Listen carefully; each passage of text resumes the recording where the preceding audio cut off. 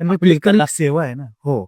ही पांडुरंगाच्या सेवेत आपण कधीही आपल्या कलेचा हे करायचं नाहीये तिथे, की आपण त्या महाराजांचा किंवा त्या कीर्तनकारांचा एखाद्या तो कीर्तन ते पडेल, अशा हिशोबाने कधीही वाद्य करायचं नाही. आणि त्याचं सर्वात मोठं उदाहरण मी आहे आणि त्याचा पुरावा पण मी आहे. कारण जेव्हा माझी सुरुवात होती, आता तुमच्या आशीर्वादाने तुमच्या वगैरे चालू म्हणजे बऱ्यापैकी चालू आहे. लोकं चांगलं आपल्यावरती प्रेम करतात. जेव्हा माझी सुरुवात होती, नाही का माझा स्वर जायचा. बोलताना वगैरे कीर्तन करायचा स्वर सगळ्यात महत्त्वाचा आहे. आणि तो स्वर स्वरात आणण्याचं जास्तीत जास्त जर का मला कोणी मदत केली असेल, तर समीर महाराजांनी. एवढंच नाही तर समीर महाराज मला माझ्या एखाद्या गुरुसारखे पण आहेत आणि मोठ्या भावासारखे मला मार्गदर्शन करत असतात, की अ, की "भाऊ तू मला भाऊ म्हणतात." आज जरी मला ते महाराज म्हणत असले पॉडकास्टवरती, तरी ते मला भाऊ म्हणतात.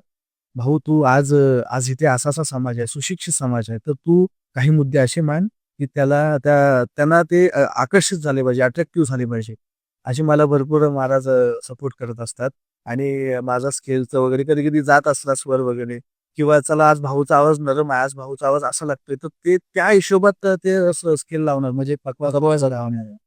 त्यांनी मला भरपूर सांभाळून घेतलं आणि याच लोकांनी मला सांभाळून थोडंसं मग मी हळू आता कीर्तन करायला लागलोय यांच्या आशीर्वादाने.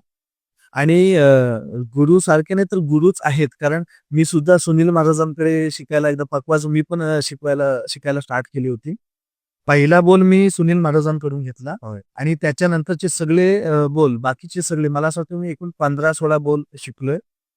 तर पहिला बोल सुनील महाराज म्हणजे आमचे जे गुरु आहेत त्यांच्याकडून शिकलो आणि बाकीचे सगळे बोल मला समीर महाराजांनी शिकवलंय. महाराज मी ते बोल अजूनही वाजवतो. अजूनही लक्षात आहेत माझ्या. पण त्यानंतर मग काय कीर्तन सुरू झाल्याच्या नंतर मला कधी वेळ भेटला नाही. आणि मला ते कंटिन्यू करता आलं नाही. पण माझा भाऊ हरिभक्त परायण एकनाथ महाराज ते सुद्धा वाजवतात. ते सुद्धा यांच्याकडे शिक्षण घेतलेलं आहे. सुनील महाराजांकडून आणि यांच्याकडून शिकलेलं आहे. ते सुद्धा पखवाज वाजवतात. तर मग मला जास्त कधी वेळ आली नाही. पण कधी वेळ आली तर मी तुमच्याकडून परत एकदा काही विचारलं आहे. कधी वेळ वेळ सांगून येत हो. नाही.